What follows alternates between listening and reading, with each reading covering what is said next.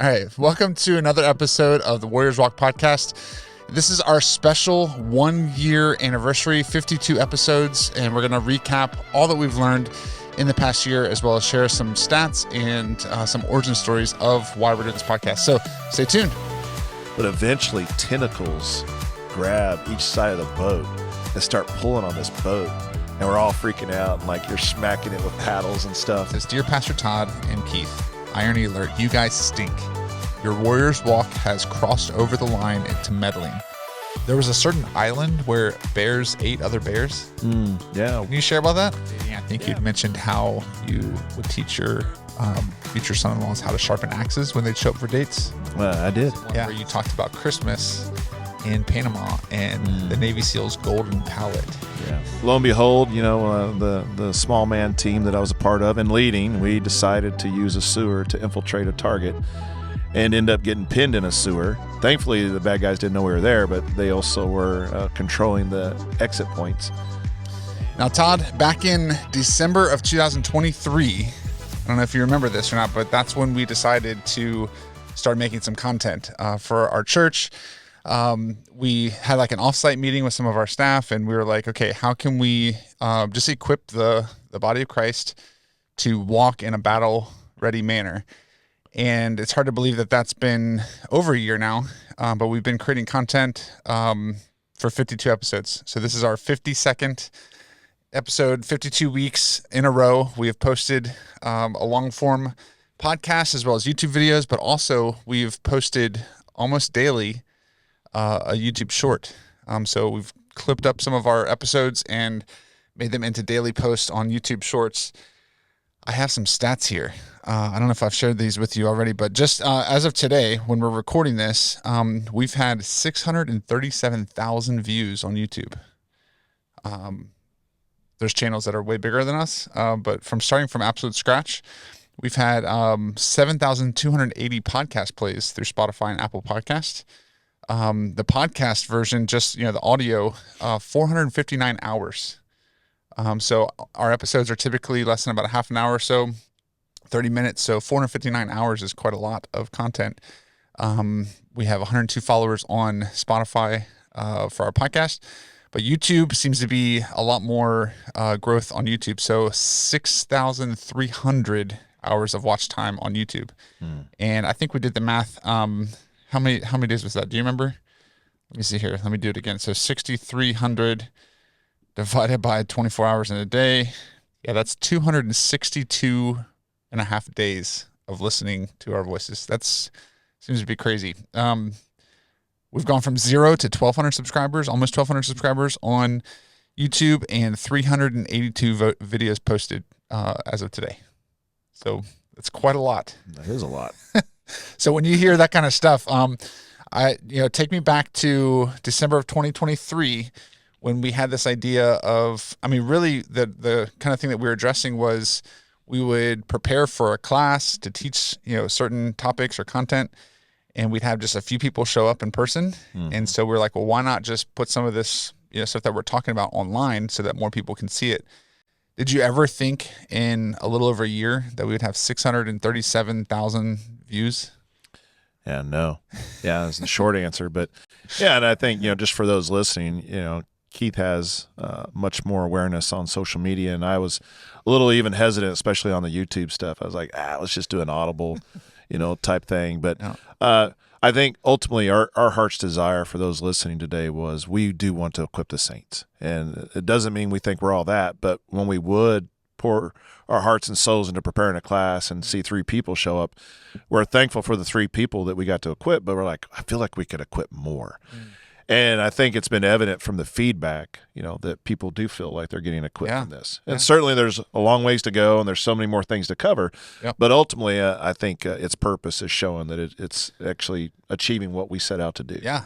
And although, we're still determining, what the future looks like, we didn't really expect for it to get this big, at least. And just to even see that 1,200 subscribers. So these are people that have seen our content and then subscribed to our YouTube channel. That's more people than are in our church. So it can't just be our congregation, right? So, so when it comes to even the people that might have even found out about us through online, instead of just equipping our local congregation, it seems to be really cool to see how these videos have kind of expanded into, people outside of the area even. So I have some stats on our audience, which, sorry, I cut you off. Did you want to? No, I was just going to say, I was even a shout out to Kevin Estella, who used to be at Fieldcraft Survival, but I remember he heard our first episode, and then he invited me on there. And that definitely, I noticed an uptick in views when Kevin promoted us as well. So, yeah, thankful. And I've noticed, I'm not a big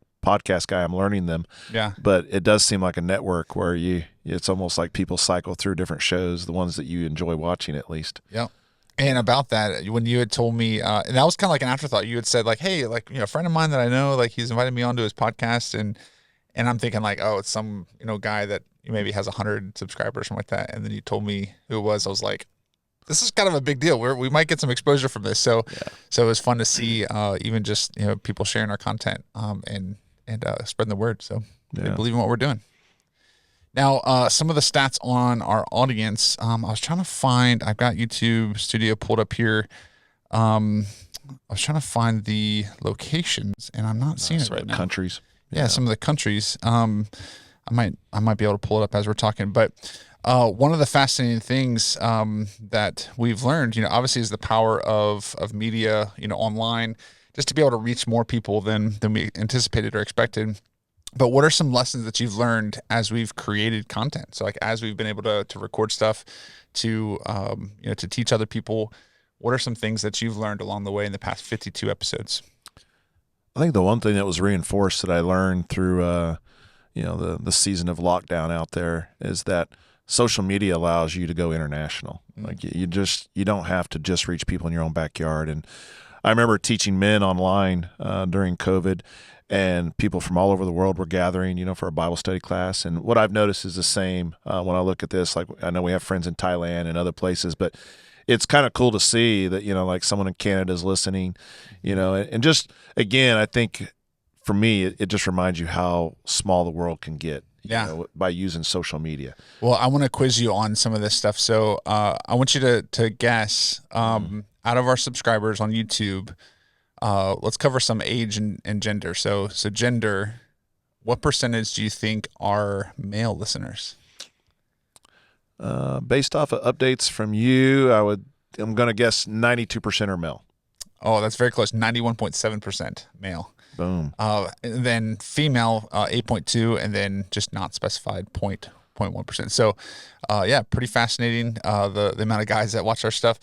Okay, so if you had to guess, what percentage of our audience that watches our stuff is in the United States? Man, I'd guess 70%. A little higher, actually, 75.8%. So almost 76%. The next highest would be Canada. Okay. 4.6%. United Kingdom, 3.6%. Australia, we've got some folks from Australia. I didn't realize that. 2.9% of our audience. And then Germany, 1.2%. And then followed by several different other ones that are a lot smaller, even some South Africa, and we've got a buddy in Sweden, South Africa, Netherlands, New Zealand, Ireland, India, Norway, Philippines, Denmark, Poland, Finland, Mexico, Switzerland, France, Spain, Austria, Italy, Belgium, Malaysia, Japan. We got, even some Israel, Indonesia, Romania. Sounds like our church. Yeah, definitely a very diverse audience. And what a cool thing that we can be seen by people from all around the world. Might be encouraging for the listeners too. Like last time we did a survey of our church, I think we were sitting at around 120 nations, in our church. So something Keith and I are very familiar with is definitely doing ministry with an international audience. Definitely. All right, so let's go over some age of our audience. So if you had to guess, now again, these are stats just on YouTube. Okay. So not necessarily our whole podcast, even the audio podcast listeners, but on YouTube, what percentage, what age group do you think is the highest percentage of our listeners? So I'll just narrow it down to a few, and then you can guess. Well, I was going to throw one out there. I was just thinking about my kids' age, and when I visit them in their homes, I notice TV for them is YouTube. So I'll guess 25 to 35 Yeah, so 25 to 34 years old is the category, and that is the highest. Okay. 29.3% of our audience is in that age group. Yeah, because my kids don't even watch TV. They watch And their then, phones. and even streaming all of the on TV. Well, and even just like that age group, that they're not necessarily the only audience on YouTube, but for whatever reason, there's a higher concentration of people 25 to 34 that's watching our, because like they could watch a myriad of different stuff, but I don't know as far as like all of YouTube's audience, but yeah, I think that's a pretty interesting dynamic. And then any guesses on what's second highest? So the highest is 29%, 25 to 34 years old.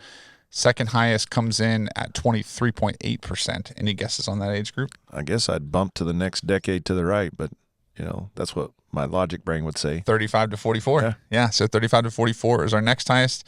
Okay, and then the next, the third highest audience age-wise, do you think it's going to be 18 to 24, or do you think it's going to be 40? What is the next one? 45 to 54. I'll go root for the 45 to 54-year-olds. You're 3 for 3. So, yeah. So, in order, you have number 1 category 25 to 34, number 2 35 to 44, and number 3 45 to 54. Any guesses on number 4? So like this is actually a close one between 18 and 24 or 55 through 64. So do we have an older audience that are listening or a younger audience is next? Well, I'll just keep the trend going to the right. I don't. Yeah. Barely though. Only 11% in the 55 to 64, and then 10.5% in 18 to 24. So yeah, but the great thing about this is that there's a variety of different ages that are listening to our stuff, watching our stuff. And we've talked, and I've just kind of updated you as I've observed on different stories or videos that we've chopped up. So we have different episodes that have done well, the long form content, meaning the full episode that has a lot of views on YouTube. But any guesses on the highest? This might be a little cheating because I think I've shared this with you before, but any guesses on the highest viewed episode that we've ever had? So the full length episode. And I don't even expect you to remember all 52 episode topics, but I remember one conversation you talked about the dolphin. Yeah. So that was a short clip that we chopped from an episode that actually did pretty funny, or did pretty well. It was kind of funny how many views it got, but the highest viewed episode is when you talked about being gentle and humble. Interesting. So the title of that episode is Navy SEAL on How Gentle and Humble Men Are Changing the World. It was episode number 35. So yeah, so that was the highest on YouTube. It was almost 900 views, which is pretty significant because we only have an audience of about 1,200 subscribers. So so to get that many views on one video is pretty high. Yeah. Another one up there was our Should Christians Prep? That was like another high one. That could stir it up for people. Yeah, so interesting stuff. That was episode, what was that? That was more recent too, episode 46. So yeah, not too long ago. Those listening too, I would just say, Keith and I will remind you, like the whole gentle, humble thing was not creative power on our part. It was really just capturing Matthew 11 and Jesus describing his heart as being gentle and humble, or gentle and lowly. So there's context behind that. Yeah, absolutely. And I thought that was interesting, based on like our predominantly male audience, that was the one video that did the best as far as views. And then we've shared this is kind of just a funny thing for me to see which small clips. So like, YouTube shorts are less than 1 minute typically. So when we edit them down, we chop out like some of the stories that you've told about your past career, or just, small teachings on a certain topic that we've covered during the long form content. And to date, the most viewed video, any guesses on that? So I'll just tell you how many views it's gotten as a YouTube short. Okay. And then you can kind of guess what the topic was. So 24,581 views. I have no clue. So it was actually, and this was like, it was so interesting because some of these things are just like very minor parts of our whole, discussion on certain topics, whatever. But you had mentioned, just real briefly, like in one of our episodes, and I honestly, I can't even tell you, I might be able to find it, but I couldn't tell you exactly what episode it was from, but it was, you just mentioned a caliber debate, like as far as if it's better to have more rounds or a larger caliber for a gun. And that was the highest viewed Okay. YouTube short that we had. The gun club people out there. Yeah, nothing real spiritual, from that, but it was kind of an interesting dynamic. And then we have the second highest is 20,000, and that was actually a recent one where you talked about Christmas in Panama and the Navy SEALs golden pallet. Yeah. And so if you missed that episode, go back and listen to it. That was our Christmas episode that posted on December 23rd of last year. And and he just talked about how there was this was it like a myth almost that was floating around like this. Yeah. This magic pallet shows up. All and you get weapons and ordnance. Yeah. And there it was. Yep, and some of the other ones, so a lot of the gun related ones have done the best. But one of the most recent ones too that has done really well is when you talked about your first squirrel hunt, killing 16 squirrels, something like that. Something like that. It was a bunch. Yeah. Because I had to eat them all. Yeah. But when it comes to spiritual topics, one of the fascinating ones, and this is funny because I always love when you tell the story about how to raise a responsible daughters. That was actually a highly viewed clip, a father's guide to dating. I think you'd mentioned how you would teach your future son-in-laws how to sharpen axes when they'd show up for dates. I did. Yeah. So anyway, just like cool stories like that, you can check out the YouTube channel, go through the shorts section, and you can see some of the most viewed videos on the channel there. But let's go back to that question of things that we've learned along the way.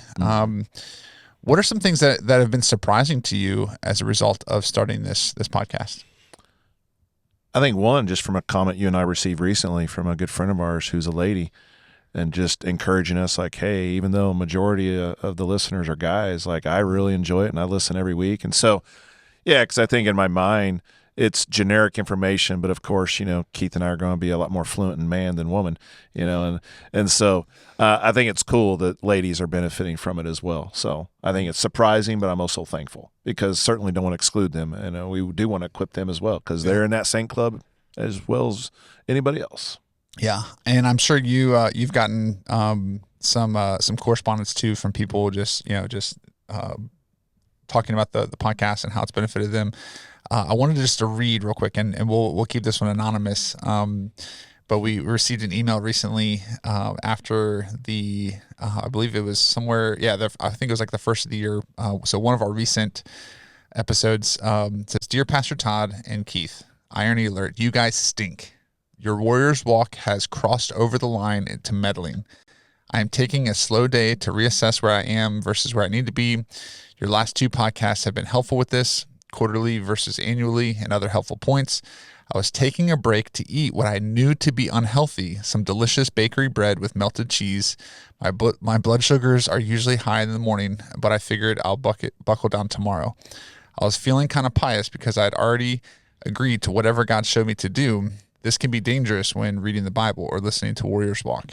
The podcast was helpful until Keith made the rude and uncalled for connection between Jesus cleansing the temple and us now being the temple of Christ. If my body's the temple of Christ, should I now ingest things that are destructive? So thanks to your podcast, I could not finish my breakfast. Thanks for nothing." Now this was obviously in jest. He was satire. Yeah, a little satire there, but yeah, he was praising us for just kind of saying some things that might have been hard to hear, and so I took that as a big compliment. So we want to be portrayers of the truth, even if it means that you have to not eat the delicious bakery goods with melted cheese. Yes. And so when it comes to different positive feedback that you've received, has there been any ones that have stuck out in the past year as you've corresponded with different people that have benefited from the podcast? I think the ones that have been fun have been unsolicited people from my past who have reached out and just said they stumbled across it. Yeah.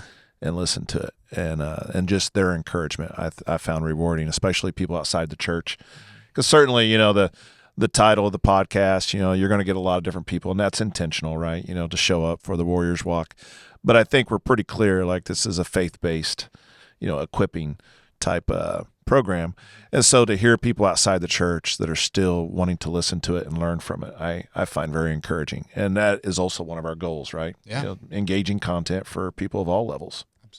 Absolutely. And so when we look to the future, obviously not even I think we're just pleasantly surprised that the Lord has used this to somehow, reach this many people. I don't think the Lord's done with it. I think there's even more to come. I feel like we've been in a good groove of just creating content that we believe could help people.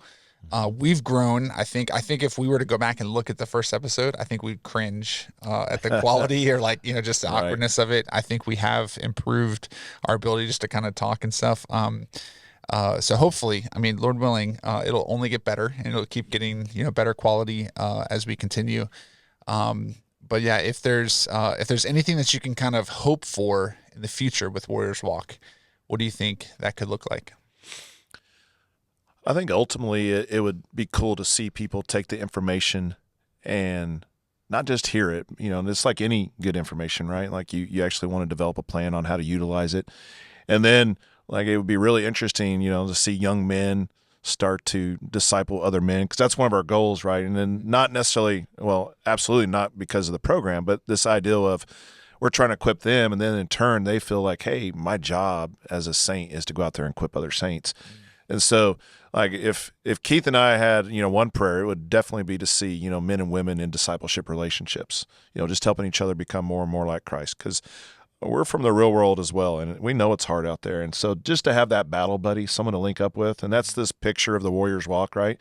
You're not called to do this alone. And I think so many of us, and especially in the West, it's just ingrained in us to earn something to get something. And that's not what the Bible talks about for salvation. Yeah. You and I know that. And it's just trying to encourage other men and women to get out there and really just to encourage one another. And all those 59 one another's we learn in the New Testament. Like, you can't do them by yourself. Yeah. And so that would be one of my hopes for sure. And there's lots of other things, as far as scale and all the other things, and, how we can impact more people. But ultimately, I also want to keep a reality check, and that, like, I don't want us to outgrow our ball caps, and then think, it's not about us. It really is. The heart behind this is to equip saints so they can be more like Christ. Yeah. And down the road, we're still, looking to, how the Lord would have us, plan for the future. But yeah, the possibility of it would be cool to one day see, even more people connected, to not just see online content, but to really connect with each other in tangible ways. And so maybe some live events or like some, retreats or something like that would be kind of a cool thing that could be down the road, where we just invite our audience to come participate in that, even if they're not local here. So yeah, lots of cool stuff that could, result in just more people discipling other people and not walking alone in this journey of faith. One of the things that you've helped me with is, back in the day that when I grew up, Rambo was like my hero. And he was like the Lone Ranger, like just, if anybody could save, the country, it'd just be like one guy. And you taught me that, SEALs, completely different ball game. Like, you guys were a team. And in the same way, we want to emulate that, like, spiritually too, where it's not just going to be like, an island or just one person going at it alone, but to really see that we need a community of people to grow in our faith and to not be snuffed out, because you take that one coal out of the fire, put it off by its side. Yeah. Right? Chills out quick. Chills out quick. So that's our hope, as we continue to produce more content and helpful guides and everything, is to really emphasize the relational aspect of discipleship. Because we can learn, but when we're doing life together with other people, it's going to be a huge, crucial element. That's kind of, something else too, not planned, but, for the listener, if there's categories and topics of things that you guys would like to learn from, like, just insert in a comment line, say, hey, we'd love to hear an episode about X, and we'll do our best to accommodate, or maybe you got a question that's a theological question, and we'll do our best to tackle those too. Or maybe you want to geek out on survival stuff, like whatever it is, that we cover. And so I think all that information is helpful, because, we think we know what, everyone wants to hear, but, it's been a while since I've been in the 25 to 34 club, so maybe there's something going on in their minds that are like, man, I wish you would talk about this. So occasionally, we've talked offline, and I've just known you for so many years that I've heard a lot of the cool stories that you've had, that we've shared some on the podcast. Some of them have been kind of a viral video. But one thing that I've realized recently was there was one story that I was mentioning before that I don't believe you shared on the podcast. And I think there's actually two that I'm thinking of. One of them I think you know about. The other one I don't think you know about that I know, that you shared with me before. But share with them, because you were recently sharing this, and I don't remember the context of where you were sharing this, but I was just reminded of how crazy your life was before you got out of the SEAL teams. And so there was a time in your life that you spent in a sewage, what would you call it? A sewage tank? No, the sewer. The sewer. Okay, so you spent a significant amount of time in the sewer. So as many details as you are able to share, Yeah. can you share that story with us? Yeah, not a lot of details, but lo and behold, the small man team that I was a part of and leading, we decided to use a sewer to infiltrate a target and end up getting pinned in a sewer. Thankfully, the bad guys didn't know we were there, but they also were controlling the exit points. And we spent about 72 hours in a sewage of the enemy. And unfortunately, where we held up was also where they would dump raw sewage every hour, or it felt like every hour. It's pretty consistent. So to maintain our sanity, we just called it the honey pot. And and so we affectionately refer back to those days as the honey pot days. And so definitely one of those moments where I burned everything I owned from that op, and didn't try to wash it. And certainly had every blood test known to mankind when I got back. And occasionally I still get blood tests just wondering, if there's something lurking from all those years ago. Yeah. So, that was the honey pot. It was a wonderful memory. And because I asked you some questions about this because I was like, oh my goodness, when you think about 3 days of being just in sewage, did you have an appetite to eat? Like, did you eat anything while you were in there? Like, not a thing. How did you handle the smell? Like, what was Yeah. how did you know when to come out? Like, is there Yeah. any other details you can provide for us? Because I don't think any of us would find ourselves in that kind of situation. And and I hope you don't. Like, I don't recommend it. It was one for the ages for sure. But no, the appetite was minimal, and thankfully we had self-contained water drinking apparatuses to maintain hydration. So we were able to keep those clean. But yeah, it was filthy. I mean, it was. If you can imagine it, then say no more. Right? Like it was horrible. Well, they say that smell is one of the the strongest memory. It recalls the strongest memories.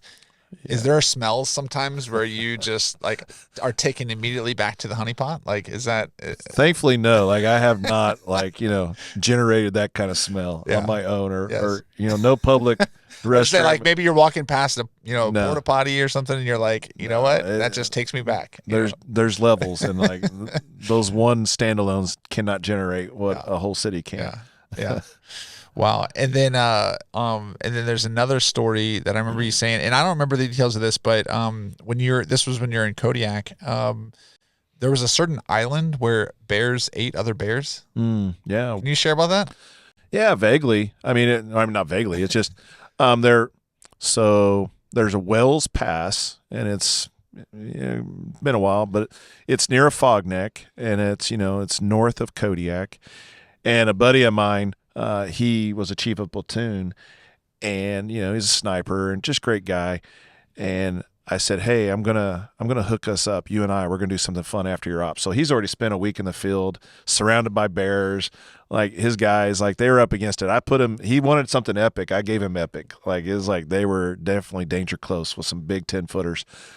And then as we were going back, I had the boats drop us off, and we swam through the kelp beds about 300 yards or so to this well island. And I was telling him I was just trying to stir it up. I actually never been on it.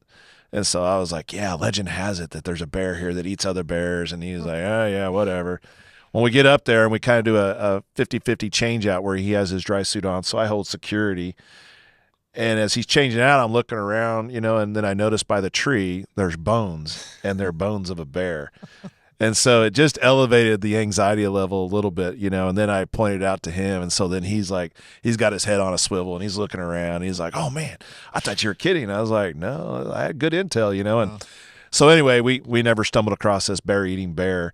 But there was evidence that a few bears definitely died. And, as far as, what violent death, they expired from, who knows. But it was fun to spool them up on it, and most likely it was true because it was a gentleman from our church. It was a pretty talented bear guide, so I don't think he would have led me wrong. But it was fun. Just avoid that island, because you don't want to. It's true. The bear-eating bear. Yeah, I mean, we in the straits there. I mean, that's also, and some listeners will be like, "Oh, here we go, sea story and exaggeration." But there I was, on this 10-meter rib. And 11-meter, man, that's time will get you now. And anyway, it was a rigid hull inflatable boat, and it was about 30 feet long, give or take a smidge. But we're fishing in about 400 feet of water, and like monster halibut you can catch Like I had a neighbor catch a halibut over 400 pounds in the straits there. And so I lock into something and I think it's another one of those monster halibut because it's hours of sweat and just reeling.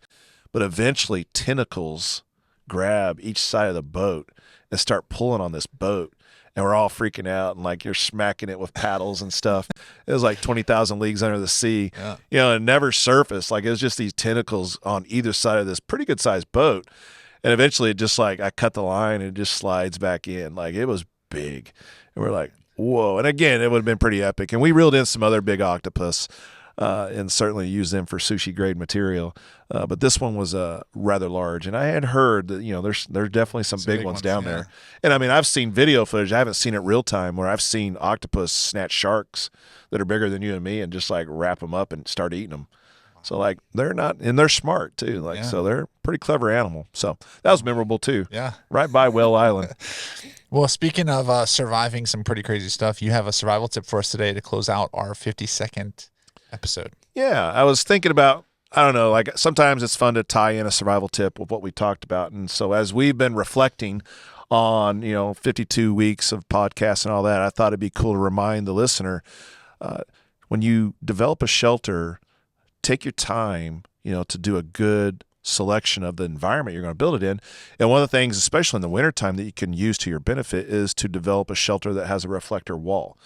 So like, it could be a rock cliff out facing, and so when you do that, the fire is actually going to hit the back of that wall, of that reflector wall, and it's going to warm your backside. And so a lot of times, most of us, when we build a fire, like we lean over and warm our hands, then we rotate, warm our backside, and we go back and forth.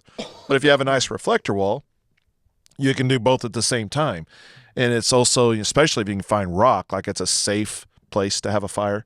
And it's just much more efficient. And so reflector walls, you can make them. You can certainly use a space blanket. I've done that before where, just basically put some sticks in the ground and stretched out my space blanket to create an artificial one. But you can find a natural one, learn money. And then what's cool is darker colored rocks, they also radiate and give back heat during the night. So they'll absorb it during the day and then they give it off during night. And so it's just a whole nother level of warmth and go on and on. But like reflector walls, they're worth your time in researching and setting up for your shelter. Very cool. Well, that concludes our 1 year anniversary of the Warriors Walk. Thank you so much for tuning in, and we'll see you on the next episode.